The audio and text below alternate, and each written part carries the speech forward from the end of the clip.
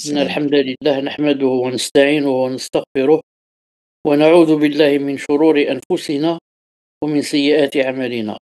من يهده الله فلا مضل له ومن يضلله فلا هادي له، وأشهد أن لا إله إلا الله وحده لا شريك له، وأشهد أن محمدا صلى الله عليه وسلم عبده ورسوله. يا أيها الذين آمنوا اتقوا الله حق تقاته ولا تموتن إلا وأنتم مسلمون. يا أيها الناس اتقوا ربكم الذي خلقكم من نفس واحدة وخلق منها زوجها وبث منهما رجالا كثيرا ونساء، واتقوا الله الذي تساءلون به والأرحام إن الله كان عليكم رقيبا. يا أيها الذين آمنوا اتقوا الله وقولوا قولا سديدا يصلح لكم أعمالكم ويغفر لكم ذنوبكم، ومن يطع الله ورسوله فقد فاز فوزا عظيما. ألا إن أصدق الكلام كلام الله، وخير الهدي هدي محمد صلى الله عليه وسلم، وشر الأمور محدثاتها، وكل محدثة بدعة، وكل بدعة ضلالة، وكل ضلالة في النار. حياكم الله جميعا. تفضل الشيخ سمير. بارك الله فيكم شيخ، أحسن الله إليكم. بسم الله والحمد لله والصلاة والسلام على نبينا محمد وعلى آله وأصحابه أجمعين.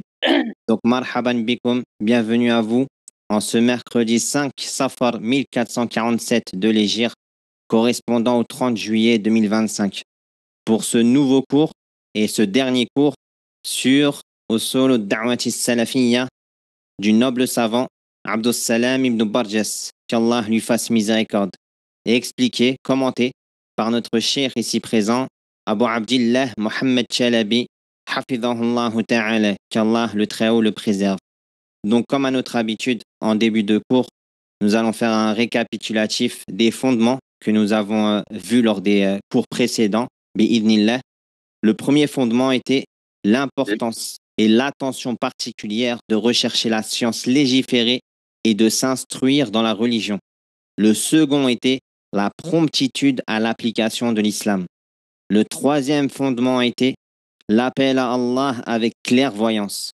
Le quatrième était l'attention portée à la croyance des pieux prédécesseurs dans la science, la pratique et l'enseignement.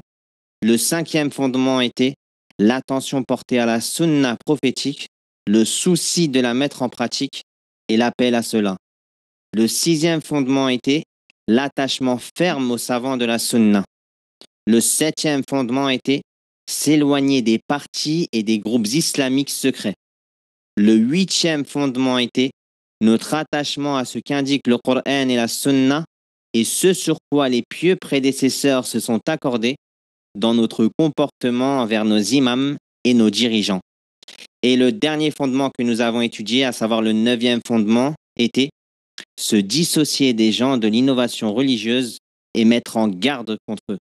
Et aujourd'hui, nous allons étudier le dixième et dernier fondement qui a pour titre notre attachement au Coran et à la Sunna dans toutes nos affaires et nos situations. Donc, Inch'Allah Ta'ala, aujourd'hui c'est le dernier cours du fabuleux livre d'Ibn al-Barjas rahimahullah Ta'ala, Usul Da'wa Salafiyya, les fondements de la Da'wa Salafiyya. Et Inch'Allah Ta'ala, on va faire notre possible Inch'Allah Ta'ala pour continuer après que ce livre soit terminé. Donc, à la fin du cours, Inch'Allah Ta'ala, Samir nous apprendra bi'idna Azza wa Jal, c'est quoi le programme bi'idna Subhanahu wa Ta'ala. Donc, tfadal Inch'Allah le dixième fondement.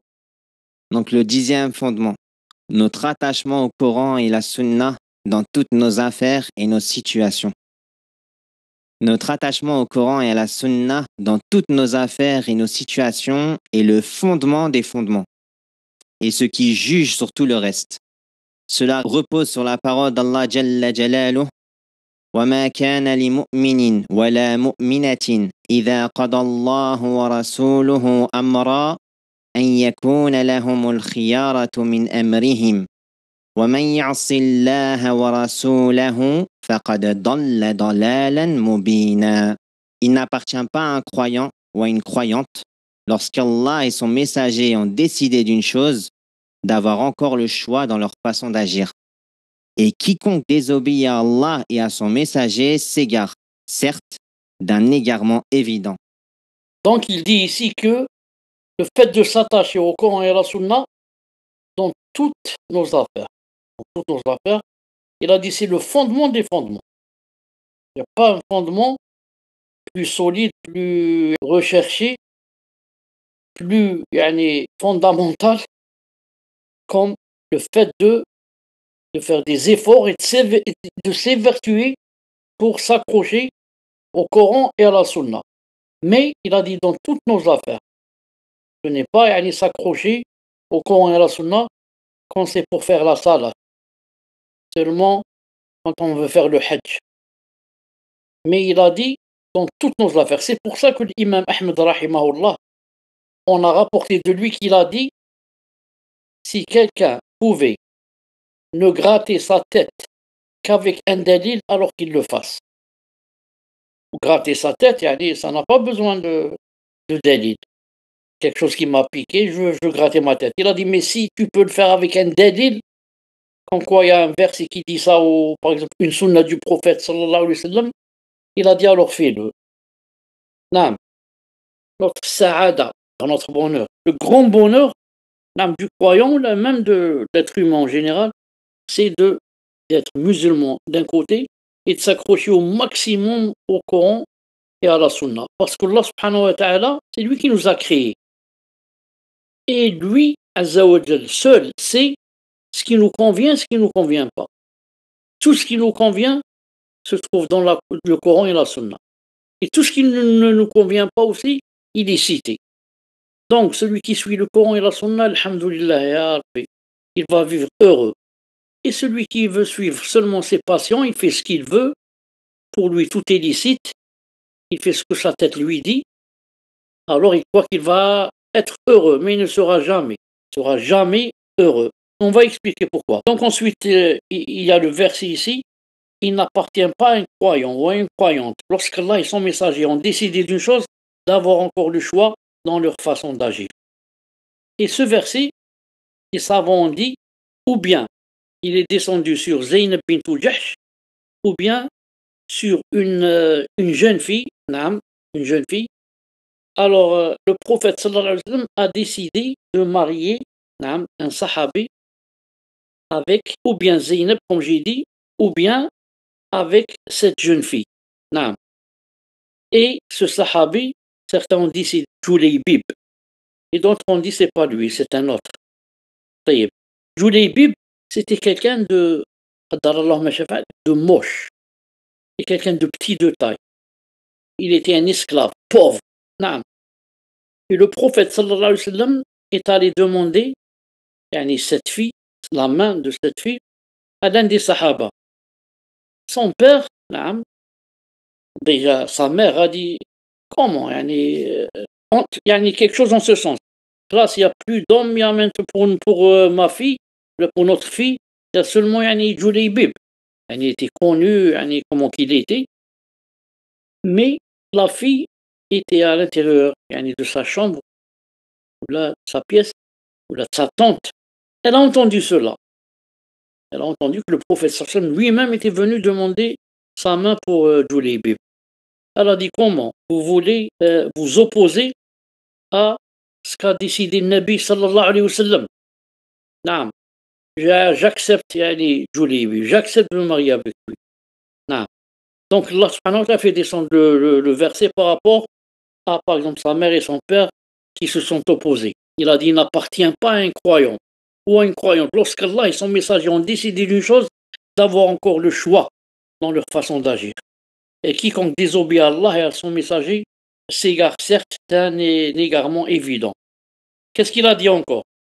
Et la parole d'Allah subhanahu, إنما كان قول المؤمنين إذا دعوا إلى الله ورسوله ليحكم بينهم أن يقولوا سمعنا وأطعنا وأولئك هم المفلحون ومن يطع الله ورسوله ويخشى الله ويتقه فأولئك هم الفائزون.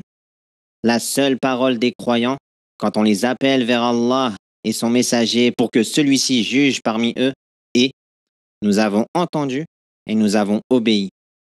Et voilà ceux qui réussissent. Quiconque obéit à Allah et à son messager, craint Allah et le redoute, ceux-là sont les gagnants. Et encore, qu'est-ce qu'il a dit? Et encore la parole d'Allah Azza wa Jal: قل أطيعوا الله وأطيعوا الرسول فإن تولوا فإنما عليه ما حمل وعليكم ما حملتم وإن تطيعوه تهتدوا وما على الرسول إلا البلاغ المبين. Dis, obéissez à Allah et obéissez au messager. Si vous vous détournez, il ne sera responsable que de ce qui lui incombe. Et vous êtes responsable de ce qui vous incombe. Et si vous lui obéissez, vous serez bien guidé. Et il n'incombe au messager que de transmettre en toute clarté. Voilà ce que je voulais dire, c'est que Allah subhanahu wa ta'ala, c'est lui qui nous a créés. Donc lui, Azza wa Jal, c'est mieux que quiconque. Qu'est-ce qui nous convient le mieux et qu'est-ce qui ne nous convient pas. Et ceci, ce qui convient et ne convient pas, est cité dans le Coran et la Sunna, c'est la Sharia. Dans la Sharia, il y a, voilà ce qu'il faut faire et voilà ce qu'il ne faut pas faire. Et celui qui va suivre la Sharia d'Allah subhanahu wa ta'ala, il va vivre parmi les plus heureux. Pourquoi? Parce que Allah qui l'a créé, qui a créé cette personne, c'est que voilà ce qui lui convient. Et voilà ce qui ne lui convient pas. Donc, il a fait descendre ce livre, le Coran, et aussi la Sunna du prophète sallallahu alayhi wa sallam, pour que la personne vive heureuse, vive heureuse. Ça me rappelle le verset de Taha, lorsqu'il a dit Taha, Ma anzalna alayka al-Qur'an li tashqa. Taha, on n'a pas fait descendre le Coran sur toi pour que tu tashqa, tu vives, disons, malheureux. Donc, ça veut dire quoi? Ça veut dire que le Coran a été descendu pour que la personne qui le suit, bien sûr, vive heureux. Pour que la personne vive heureuse. Naam. Ça me rappelle aussi le verset où Allah subhanahu wa ta'ala dit فَلَا وَرَبِّكَ لَا يُؤْمِنُونَ حَتَّى يُحَكِّمُوكَ فِيمَا شَجَرَ بَيْنَهُمْ ثُمَّ لَا يَجِدُوا فِي أَنفُسِهِمْ حَرَجًا مِمَّا قَضَيْتَ وَيُسْلِمُوا تَسْلِيمًا. Ce qui s'est passé, c'est que Zubair ibn al-Awwam radiyallahu ta'ala anhu s'est disputé avec un Ansari avec un Médinois. Juste par rapport à lequel des deux, disons, les deux avaient un champ. Et il y avait, comme disons, une source, une seule, qui des deux a la priorité sur l'autre. Qui commence le premier, ensuite l'autre. Alors, comme ils se sont disputés, le prophète sallallahu alayhi wa sallam est venu. Alors, on lui a dit, voilà ce qui s'est passé, juge entre nous. Il a entendu les deux, bien sûr. Il a donné la faveur à Zubair ibn al-Awwam radiyallahu ta'ala anhu. Alors l'autre, le Médinois, qu'est-ce qu'il a dit? Il a dit au prophète sallallahu alayhi wa sallam, il a dit, parce que c'est ton cousin. Parce que le prophète sallallahu alayhi wa sallam, c'est Ibn Ammatihi. C'est le fils de la sœur de son père. Il lui a dit comme ça. Alors quand il a dit comme ça, le prophète sallallahu alayhi wa sallam, bien sûr, il s'est énervé. Et Allah Ta'ala fait descendre ce verset où il dit Ils ne seront pas croyants tant qu'ils ne t'auront demandé de juger de leurs disputes et qu'ils n'auront éprouvé nulle gêne pour ce que tu auras décidé et qu'ils se soumettent complètement à ta sentence. Allahu Akbar. Juste pour qui des deux sera le premier à arroser son champ. Normalement, ça c'est rien. Là, le prophète sallam a jugé. Il a dit c'est Zubair ibn al-Awwam qui commence le premier. Et l'autre, quand il n'a pas accepté, Allah Ta'ala fait descendre le verset où il a juré. Il a dit non. Ensuite, il a juré. Fala wa rabbik. Par ton Seigneur, ils ne seront pas croyants. Les ce ne sont pas des croyants jusqu'à ce qu'ils te demandent de juger de leurs disputes et pas encore qu'ils ne doivent éprouver aucune gêne pour ce que tu auras décidé. C'est pas comme celui-là, radiallahu ta'ala anhu, il lui a dit bon, parce que c'est ton cousin. Non seulement on ne dit pas ça, mais encore plus, on ne doit éprouver aucune gêne. Et plus de cela, et qu'ils se soumettent complètement à ta sentence. Voilà, yani les vrais croyants. Et le verset où Allah subhanahu wa ta'ala dit فَلْيَحْذَرِ الَّذِينَ يُخَالِفُونَ عَنْ أَمْرِهِ أَنْ تُصِيبَهُمْ فِتْنَةٌ أَوْ يُصِيبَهُمْ عَذَابٌ أَلِيمٌ. C'est dans ce sens que ceux donc qui s'opposent à son commandement, le commandement du prophète sallallahu alayhi wa sallam, lorsqu'il commande une chose, il juge d'une chose, alors que ceux qui s'opposent prennent garde qu'une épreuve ne les atteigne ou que ne les atteigne un châtiment douloureux. Alors ils prennent garde. Celui qui s'oppose à ce quoi a jugé le prophète sallallahu alayhi wa sallam, il est entre deux grands problèmes. Ou bien une épreuve va lui arriver ici dans cette dunya, ou bien si ça lui arrive pas ici, alors un grand châtiment l'attend, un châtiment douloureux quand il va mourir. Tfadlal, les versets. Les versets incitant à suivre le Coran et la Sunna et ordonnant de tenir fermement aux deux sont très nombreux. Et les hadiths rapportés du messager d'Allah alayhi salatu wassalam également. Parmi eux, ce qui est authentifié dans Sahih Muslim, où le prophète sallallahu alayhi wa sallam a dit lors du pèlerinage d'adieu, le plus grand rassemblement des musulmans: j'ai certes laissé parmi vous ce dont vous ne vous égarerez jamais après lui, si vous vous y accrochez fermement, le livre d'Allah. Il a également été authentifié dans Al-Mustadrak d'Al-Hakim, d'après Abu Huraira, qu'Allah l'agrée, que le prophète alayhi salatu wassalam a dit: j'ai laissé parmi vous deux choses, vous ne vous égarerez jamais tant que vous vous y accrocherez fermement, le livre d'Allah et ma sunna. Et ils ne se sépareront jamais jusqu'à ce qu'ils me rejoignent au bassin. Donc j'ai laissé parmi vous deux choses. Vous ne vous égarerez jamais tant que vous vous y accrocherez fermement. Tant que tu t'accroches fermement au Coran et à la Sunna, jamais l'égarement ne peut t'atteindre. Jamais, jamais. Bien au contraire, la personne vivra bien guidée et sera la plus heureuse parmi les gens. Non. Donc, qu'est-ce qu'il a laissé? Il a dit le livre d'Allah et ma Sunna. Ensuite, il a dit: ils ne se sépareront jamais jusqu'à ce qu'ils me rejoignent au bassin. Donc ça, c'est une preuve forte contre ceux qui disent, par exemple, moi je suis seulement le Coran, ce qu'on appelle les coranistes. Et les gens de la science disent que ce sont des kofars. Celui qui dit je suis seulement le Coran, pas la Sunna, c'est un kafir. Pourquoi? Parce que le Coran lui-même te demande de suivre la Sunna. Vous venez d'entendre les versets où il est dit qu'on doit suivre le prophète sallallahu alayhi wa sallam et s'accrocher à sa Sunna. Donc ça veut dire que tu as démenti le Coran. Quand tu dis je suis coraniste, je ne suis pas la Sunna. Et le Coran t'a demandé de suivre le prophète. Donc tu es en train de démentir le Coran. Il a dit donc ils ne se sépareront jamais. Voilà une autre preuve. Ils marchent toujours ensemble, les deux, Coran, Sunna. Jamais ils doivent se séparer jusqu'à ce qu'ils rejoignent le prophète sallallahu alayhi wa sallam, Yawm al-Qiyamah. Ibn Abbas, qu'est-ce qu'il a dit? Ibn Abbas, qu'Allah l'agrée, a dit au sujet de la parole d'Allah: فَمَنِ اتَّبَعَ هُدَايَ فَلَا يَضِلُّ وَلَا يَشْقَى. Quiconque suit mon guide ne s'égarera pas et ne sera pas malheureux. Donc Ibn Abbas commenta et dit: Allah a garanti à celui qui lit le Coran et suit ce qu'il contient qu'il ne s'égarera pas dans ce bas monde, ni ne sera malheureux dans l'au-delà. Allahu Akbar, est-ce qu'il y a mieux que cela? Allah Azza wa Jalla garantit à celui qui lit le Coran, mais suit ce qu'il contient, c'est-à-dire applique, qu'il ne s'égarera jamais dans ce bas monde et ni ne sera malheureux dans l'au-delà. Donc dans cette vie, alhamdoulilah, dans ce bas monde, cette dunya, il ne sera jamais égaré, mais il sera parmi les guidés de Allah, il sera guidé, et il sera très heureux. Et aussi, Yawm al-Qiyamah, il ne sera pas malheureux, parce que celui qui n'a pas suivi le Coran dans cette vie, et bien sûr la Sunna aussi, qui est cité dans le Coran, donc qu'est-ce qui va se passer? Qui est cité dans le Coran, je veux dire, l'ordre de la suivre, l'ordre de suivre la Sunna qui est cité dans le Coran.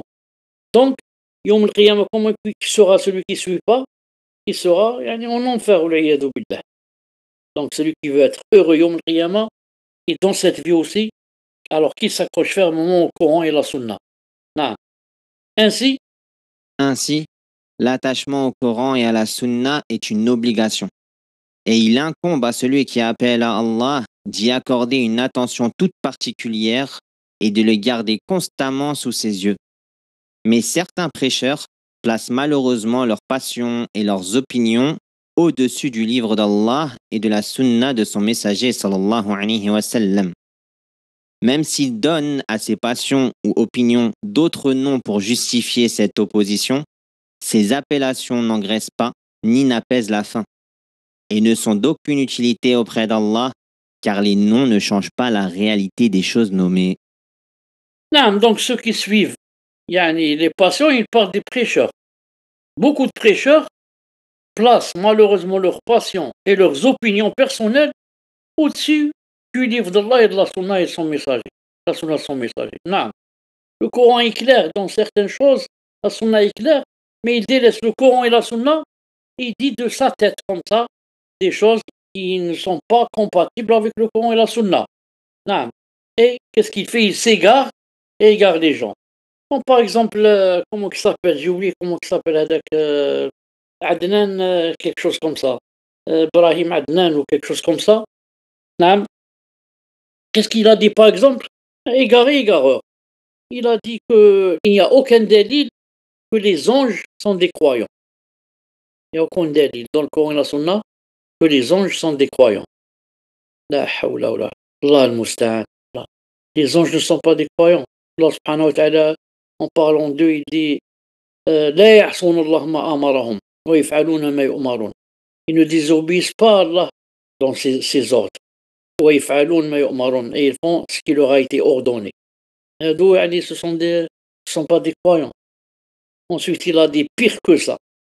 Et s'il ne fait pas tauba, c'est très grave, très très très grave. Vous savez ce qu'il a dit aussi? Allah al-Musta'an. Il a dit que, vous savez, la prostate par rapport à l'homme, la femme n'a pas de prostate. Hein? Il a dit la prostate, comme ça il a montré, je crois, le corps humain. Il a dit, ce n'est pas sa place ici. Il a montré Subhanallah. où elle est. Allah. Il a montré où elle est comme ça. Il a dit, sa place est fausse ici. Elle doit être un peu plus haut, un peu plus bas. J'ai oublié s'il a dit plus haut, s'il a dit plus bas.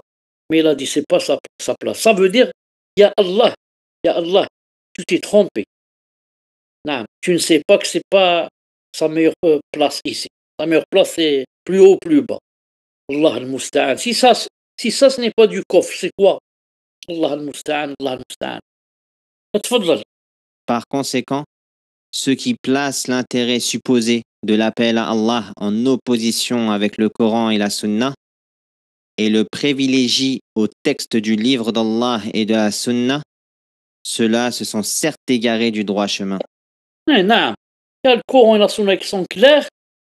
Comme a dit alayhi sallam, taraktukum ala al-mahajjati al-bayda, layluha ka nahariha. Vous laissez sur le chemin blanc. Donc, qu'est-ce que ça veut dire blanc? Clair. Pas noir. Noir, tu vois pas. Clair. Il a dit de jour et de nuit. Donc, comment je délaisse cela? Et je vais prendre des prêcheurs qui parlent comme ça, en s'appuyant sur leur passion et ce qui leur passe par la tête comme ça, hein, ou leur philosophie, je ne sais pas quoi. Ceux-là, ce sont vraiment des égarés. Parmi leurs dérives, Parmi leurs dérives, ils considèrent que quiconque les contredit leur est hostile ou dévoile ce qu'ils dissimulent de fausseté. Ils permettent à son encontre la calomnie et de lui coller des accusations, sous prétexte que, selon leur vision, cela relève de l'intérêt de l'appel à Allah. Ils ne tiennent aucun compte de la parole d'Allah Azza wa Jal وَالَّذِينَ يُؤْذُونَ الْمُؤْمِنِينَ وَالْمُؤْمِنَاتِ بِغَيْرِ مَا اكْتَسَبُوا فَقَدِ احْتَمَلُوا بُهْتَانًا وَإِثْمًا مُبِينًا. Et ceux qui offensent les croyants et les croyantes sans qu'ils l'aient mérité se chargent d'une calomnie et d'un péché évident.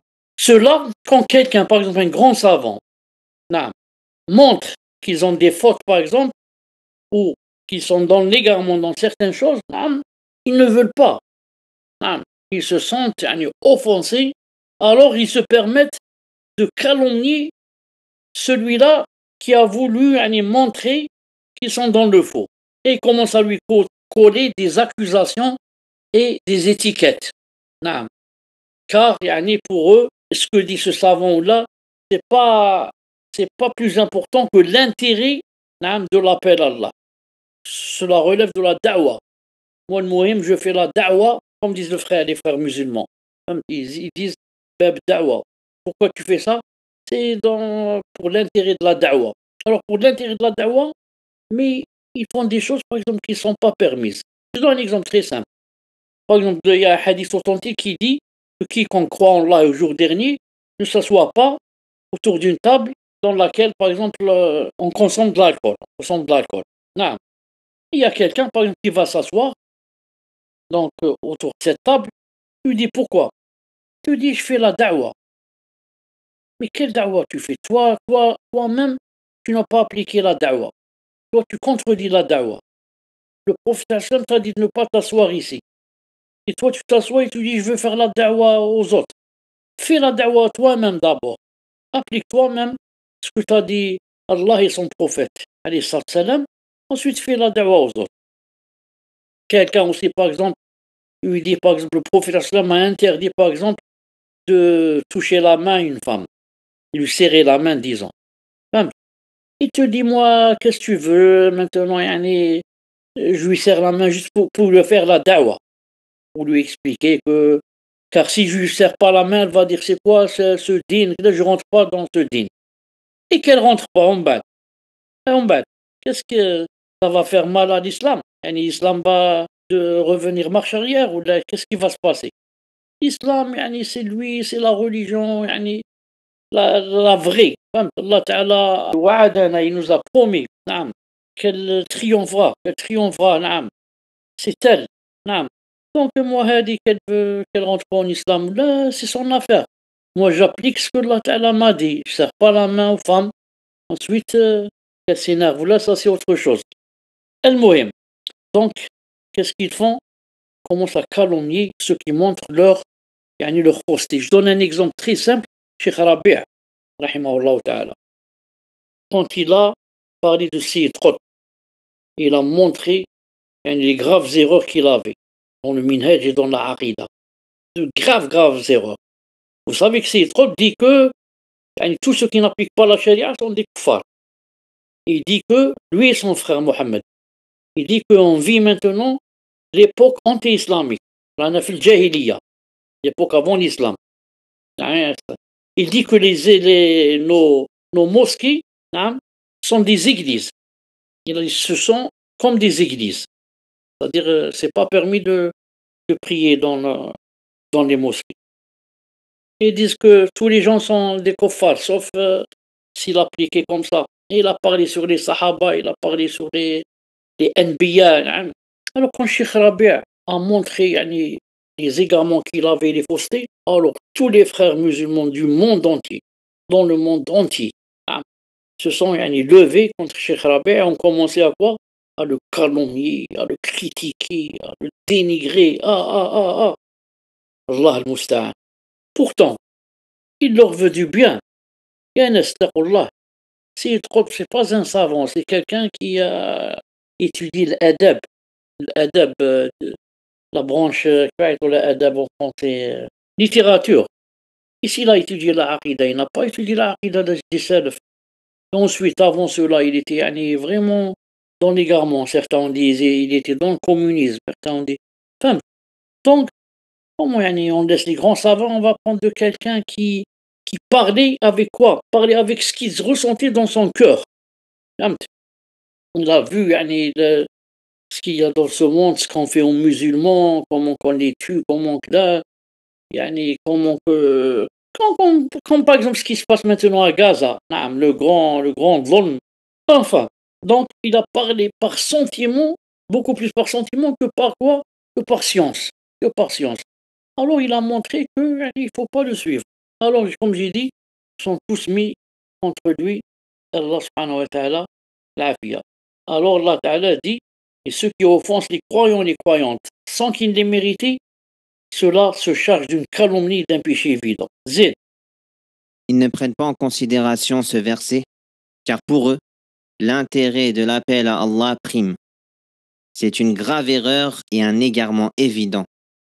Celui qui en est affecté doit se repentir sincèrement et revenir à Allah. Ce sur quoi il est assurément un égarement manifeste et un crime abominable, contre lequel les pieux prédécesseurs ont certes mis en garde. Il ne s'agit en réalité que du prolongement de la voie des partisans du raisonnement personnel que les pieux prédécesseurs ont combattu. Des batailles acharnées ont eu lieu entre eux et les pieux prédécesseurs, jusqu'à ce qu'Allah fasse triompher les gens de la sunna sur eux, réfutant ainsi leur fausseté, et à Allah reviennent les louanges. À lui le mérite et la faveur. Naam. Donc, ce qui se passe par rapport à ces gens-là, c'est le prolongement de la voie des partisans du raisonnement. Partisans du raisonnement qui disent on se suffit au raisonnement, naam, à la place du Coran et de la Sunna. Le raisonnement et la logique, ça suffit. Alors que ceux-là, les salafs et les prédécesseurs, ils ont combattu jours et nuits jusqu'à ce que Allah Azza wa Jal ait donné victoire à Al-Sunnah wal Jama'a sur eux, walhamdulillah. Et ils ont montré leur fausseté. Naam. Il convient également de savoir que le fait de ne pas prendre le Coran et la Sunna comme arbitre dans toutes les affaires et situations entraîne de très nombreux préjudices et maux. Très nombreux préjudices et maux par rapport à quoi? Pour celui qui ne prend pas le Coran et la Sunna comme arbitre dans toutes les affaires. L'imam Ibn al-Qayyim, qu'Allah lui fasse miséricorde, a énuméré certains de ces maux et effets dévastateurs, de manière remarquable, qu'Allah soit bienfaisant à son égard. Lorsqu'il dit dans son ouvrage Al-Fawaid, lorsque les gens se sont détournés de faire arbitrer le livre d'Allah et la Sunna, et de les prendre comme juges tout en croyant qu'ils ne pouvaient pas s'y suffire, se rabattant sur les opinions personnelles, le raisonnement par analogie, les préférences subjectives et les paroles des savants, ils furent atteints d'une corruption dans leur nature, d'une obscurité dans leur cœur, d'une confusion dans leur compréhension, d'une destruction de leurs esprits. Subhanallah. Regarde, lorsque les gens, ce qu'a dit Ibn al-Qayyim, rahimahullah, qui voient avec la lumière, Allah l'Adem, pourquoi ils se sont détournés? Ils ont cru que ça suffisait pas. Le Coran, ça fait 1400, 1500 ans là qu'il est descendu. Là, il peut pas. De nos jours, il n'est plus valable. Alors, ils se sont rabattus sur les opinions personnelles. Non, moi, ça nous suffit. Non, les opinions personnelles, le qiyas, le raisonnement par analogie, les préférences subjectives, et les paroles des savants. Alhamdoulilah, ça nous suffit. Alors, Allah Azza wa Jalla les a châtiés. Qu'est-ce qu'ils ont fait d'eux? Ils furent atteints d'une corruption dans leur nature. Allah Ta'ala t'a créé pour que tu suives le Coran et la Sunna. J'ai créé les djinns et les êtres humains que pour qu'ils m'adorent. Et comment l'adorer? Adorer en suivant le Coran et la Sunna. Donc toi, quand tu délaisses le Coran et la Sunna, tu as corrompu la nature, ta propre nature. Ensuite, ils ont été atteints d'une obscurité dans leur cœur. Le cœur, billah, est devenu noir. Il n'y a plus de lumière. La lumière du Coran et de la Sunna, il n'y a pas. D'une confusion dans leur compréhension. Celui qui suit le Coran et la Sunna, il est clair. Il comprend bien les choses. Et il peut te faire comprendre parfaitement les choses. Et t'expliquer rationnellement. Tu comprends très bien. Et ça rentre vite dans ta tête. Voilà, et dans ton cœur. Ton cœur l'accepte facilement. Il n'y a aucune confusion. Dans sa compréhension, alhamdoulilah. Ils ont été atteints d'une destruction de leurs esprits. Quelqu'un qui ne suit pas le Coran et la Sunna, tu trouves son esprit, il n'est pas sur la droiture. Il y a quelque chose qui n'est pas bien, qui ne marche pas bien. Tfadal, ces choses se sont généralisées à eux et les ont dominés, au point que les jeunes ont été élevés sur cela et les plus âgés ont vieilli avec elles, ne les considérant plus comme répréhensibles. Bien sûr, là où il n'y a pas le madhab des salaf, le madhab par exemple des Ikhwan ou des Khawarij ou des autres sectes égarés, donc les jeunes parce qu'ils vont être élevés sur ces faux chemins, avec ces sectes égarés.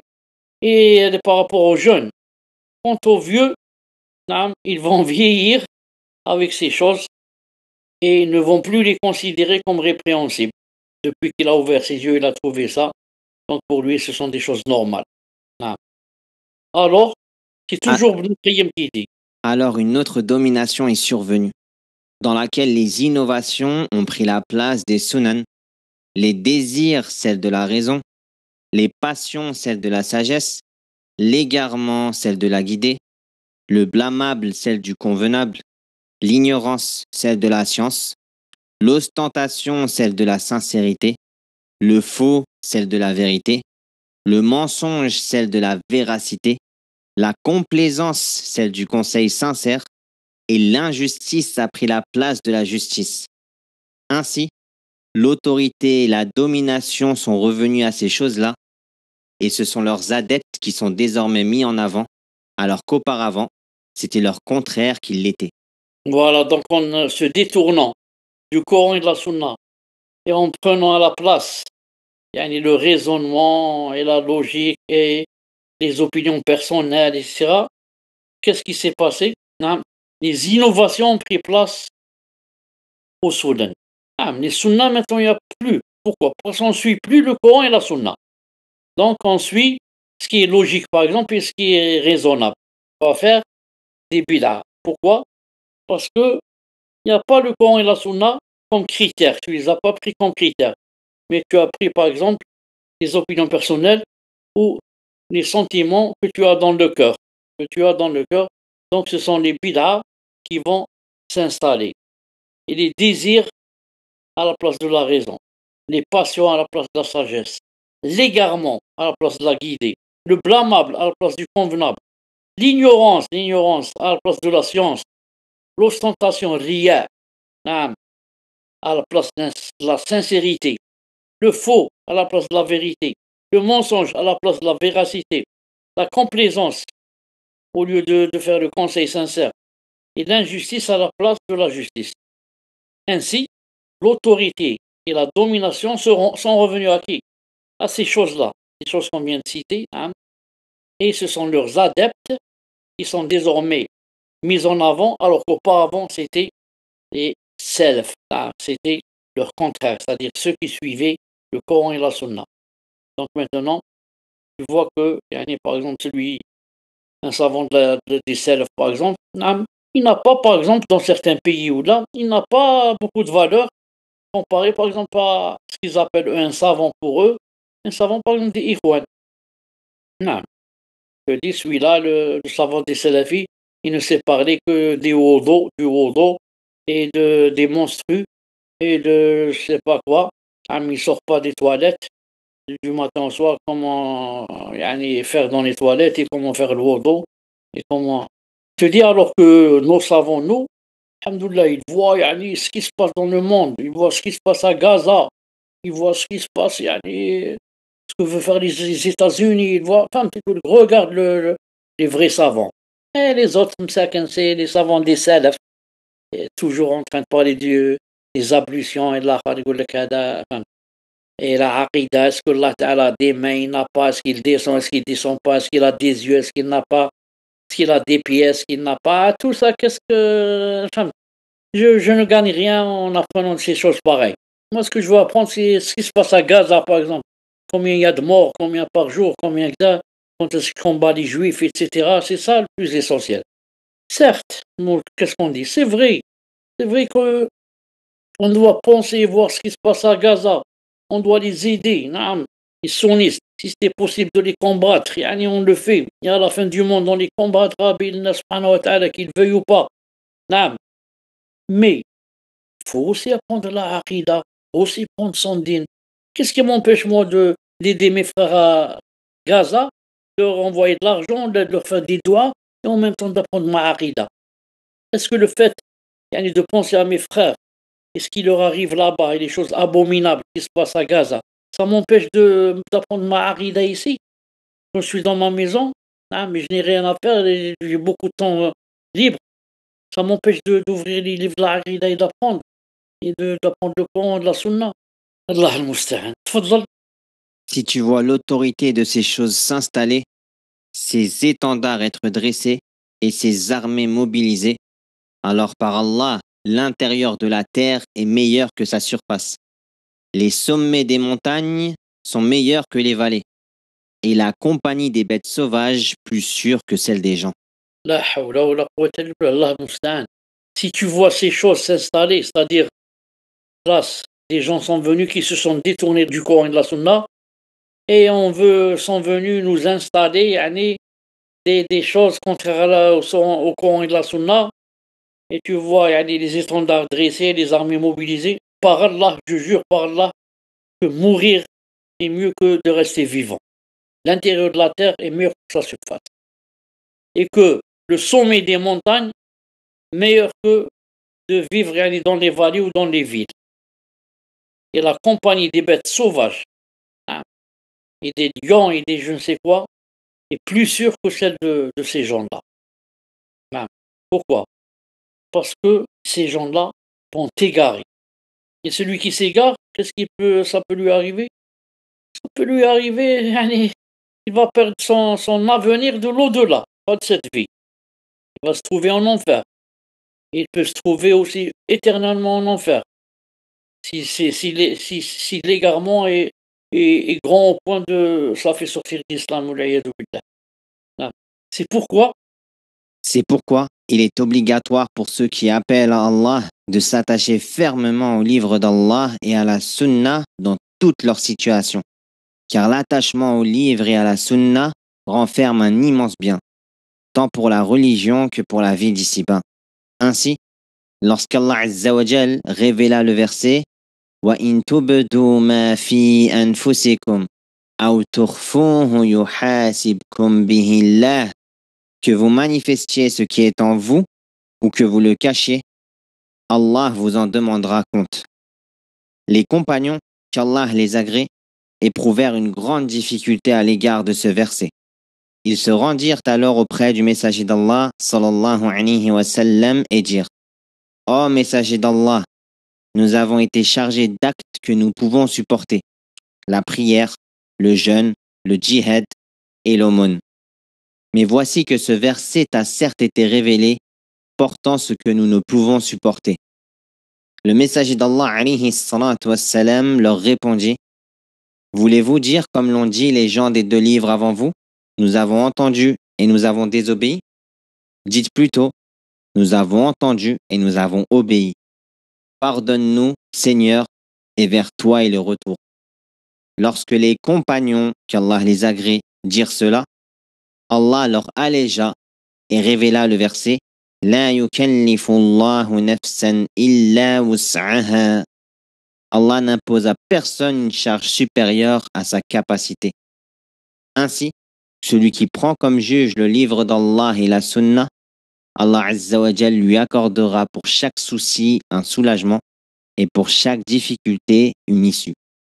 naam, on a dit qu'Allah Ta'ala dit dans le Coran, Taha, ma anzalna alayka al-Qur'an litashqa. Taha, et Taha, c'est pas qu'on dise beaucoup que c'est le prénom du prophète sallallahu alayhi wa sallam. Non, ce sont des lettres comme ça, avec lesquelles le Coran a commencé, comme Alif Lam Mim, Alif Lam Ra, Sad, Noun, etc. Mais, comme a dit Cheikh Ibn Uthaymin, ces lettres-là, c'est juste pour dire que, regardez le Coran, c'est un défi, regardez le Coran, il est formé de ces lettres-là, de Alif, de Lam, de Mim, de Sad, de Noun, de Kaf, Ha, Ya, Ain, Sad, de ces lettres-là. Le Coran, c'est quoi? La parole d'Allah, c'est ces lettres-là qui donnent des versets. Alors que, je vous lance un défi que yani, vous pouviez nous ramener un livre pareil. C'est impossible. Pourtant, c'est les mêmes lettres. Et vous ne pouvez pas. Voilà ce que je veux. Donc, Taha, c'est la même chose. Donc, qu'est-ce qu'il a dit? Taha, ma anzalna alayka al-Qur'an litashqa. Taha, on n'a pas fait descendre le Coran sur toi, que tu sois malheureux. C'est pour ça que celui qui prend comme juge le livre d'Allah et la Sunna et les applique, Allah lui accordera toujours, pour chaque souci, un soulagement. Pour chaque difficulté, une issue. Tôt ou tard. C'est la promesse d'Allah Azza wa Jal. Allah ne manque jamais à sa promesse. Juste, il faut avoir dans le cœur la certitude que l'issue viendra. Mais ce n'est pas nous qui commandons. Ce n'est pas nous qui choisissons le moment. C'est Allah Ta'ala seul qui sait quand est-ce. Tu demandes une chose, tu fais beaucoup de doigts, elle ne vient pas. Car ce n'est pas son moment. Si Allah Ta'ala te donne cette chose maintenant, ça va être un mal, un grand mal pour toi. Non. Il peut même, comme dans le hadith authentique, ne pas te la donner du tout, mais te donner en revanche son équivalent en bien. Ou bien carrément ne pas te la donner du tout et ne te donner aucun équivalent dans cette dunya en bien, mais te laisser ça pour Yom al-Qiyamah. Voilà, je t'ai pas exaucé ton vœu, mais voilà ce que tu as aujourd'hui. Tu vas dire, yani, alhamdoulilah, qui n'a pas exaucé mon vœu dans la dunya. Ah, j'ai terminé la dunya, je suis mort. Et maintenant, j'aurais pas trouvé ce que je viens de trouver. Donc, que le croyant sache que toute difficulté, tout souci, Allah subhanahu wa ta'ala épargnera son serviteur si vraiment il suit le Coran et la Sunna comme il se doit. Il est indispensable que ceux qui réprimandent les gouverneurs pour avoir appliqué des lois statuaires prennent conscience qu'ils appliquent eux-mêmes également une législation autre que celle d'Allah dans leur manière d'agir et leur comportement. Subhanallah. Donc ceux qui disent que les hukam, les gouverneurs n'appliquent pas la charia, etc., il faut qu'ils prennent conscience et qu'ils sachent que eux-mêmes, ils sont en train de suivre une législation autre que celle d'Allah dans leur façon d'agir et leur comportement. Non. Zid, je ne dis pas. Je ne dis pas qu'ils appliquent une autre législation que celle d'Allah Azza wa Jal dans toutes leurs affaires, mais je ne serai pas excessif en affirmant que c'est le cas dans beaucoup de leurs affaires. Qu'ils craignent donc Allah Azza wa Jal à l'égard de leur propre personne et qu'ils se jugent eux-mêmes avant d'être jugés. Donc, ceux qui dénigrent les gouverneurs et disent par exemple ils ne jugent pas avec les lois d'Allah, etc. Ce qu'il faut savoir, c'est qu'il y a une chose très importante. Ce n'est pas seulement par rapport aux gouverneurs, c'est par rapport à tout le monde, tout croyant. Vous avez entendu les versets un peu plus haut. Les versets. Ce sahabi qui a dit au prophète par rapport à Zubair, il lui a dit c'est ton cousin. Ça rentre dans le fait de juger avec les lois d'Allah subhanahu wa ta'ala. Juger avec les lois d'Allah subhanahu wa ta'ala, ce n'est pas propre au gouverneur. Mais à tout le monde. Toi, quand tu pries pas à l'heure, tu n'as pas jugé avec les lois d'Allah subhanahu wa ta'ala. Tu n'as pas jugé avec le verset qui dit Inna salata kant al mu'minina kitab al muquta. La salat est par rapport aux croyants, elle a un moment précis. Donc toi, tu pries le soft, tu le pries après le lever du soleil. Et le Asr, tu le pries après le Maghreb. Et le Maghreb, tu le pries après l'Isha. Ou alors tu joins les 5 prières après l'Isha. Est-ce que tu as jugé avec les lois d'Allah subhanahu wa ta'ala? C'est Allah qui a dit ça dans le Coran. Tu n'as pas jugé avec les lois d'Allah subhanahu wa ta'ala. Quand tu parles en mal sur une personne absente, ça s'appelle la médisance. Est-ce que tu as appliqué le verset qui dit et que l'un de vous ne médise pas l'autre? En ce sens, quand ta sœur, ta femme, ta mère, ton épouse ne porte pas le voile, est-ce qu'elles ont appliqué le verset qui dit Ya ayyuhan nabiyyu qul li azwajika wa banatika wa nisa'il mu'minin yudnina 'alayhinna min jalabibihin? Ô toi le prophète, qul li azwajika, dis à tes épouses ou à tes filles et aux femmes des musulmans qu'elles descendent le djilbab sur leur tête. Déjà elles ont le djilbab, mais seulement qu'elles le descendent. Est-ce que la femme qui est dévoilée, elle a appliqué la charia dans cette chose? Elle n'a pas appliqué. Donc la charia, ce n'est pas seulement les gouverneurs. Donc on dit aux takfiriyon et autres, arrêtez de critiquer les gouverneurs et pensez à vous-même qui n'appliquez pas la charia dans beaucoup de choses. Qu'est-ce qu'il a dit ici? Il a dit, je ne dis pas qu'ils appliquent une autre législation que celle d'Allah dans toutes leurs affaires, mais je ne serai pas excessif en affirmant que c'est le cas dans beaucoup de leurs affaires. Beaucoup de leurs affaires, ils n'appliquent pas. Regarde celui qui critique le gouverneur, etc. Tu vois seulement يعني, son pantalon, il descend au-dessus des chevilles. صح ولا لا؟ Est-ce que c'est le prophète alayhi salam qui t'a dit de le faire descendre comme ça? Ou bien il a dit le contraire, il a dit de le lever au-dessus des chevilles. Tu vois, donc toi aussi, tu n'appliques pas la charia dans une chose simple. Des fois, tu manges avec la main gauche. Tu as appliqué la charia quand le hadith a dit, le prophète alayhi salam a dit, il faut manger avec la droite. Quand tu bois avec la gauche, tu as appliqué la charia dans ta façon de boire. Tu n'as pas appliqué. Et comment tu veux critiquer les autres? Regarde d'abord à toi qui est loin de la charia. Naam. Tfaddal, la réussite. La réussite émane d'Allah.